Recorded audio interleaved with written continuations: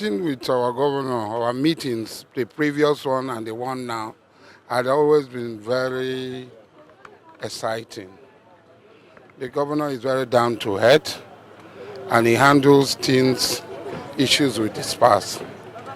And we're happy and we want to say that the opportunities given to the Muslim Ummah is one of the... I've been a Muslim for 38 years.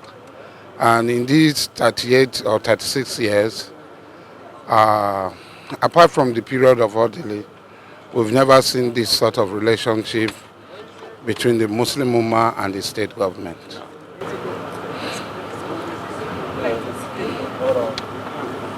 I'm a bit more interested. You talked about Muslim, because you're one man that is respected in the states, both the young and the old hear from you. There's something happening in the River States now that people are a bit agitated about the government issues. We want you to speak on that issue, especially to the young people. Yes, the young people must know that we don't have any other state other than River State.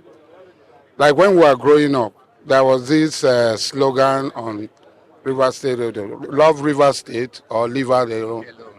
Don't run her down. So you love River State. You should not run her down. Only one man can be governor of River State at a time. We will not have two governors. And the people of River State are bigger than Asari Dokubo. River State is bigger than any individual. No individual can take River State people for a ride and pocket us.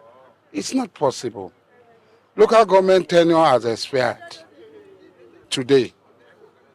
They should quietly go home. If they want to seek re-election in accordance with the Constitution, they should go and seek re-election. But there is no tenure elongation in the Constitution. Their position is tenure ban, and that tenure has expired. Let them not cause unnecessary problem for the people of the state.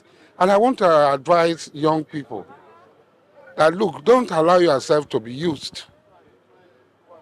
Most of us, their children are not here. And their children have never come out to stand in front of any protest.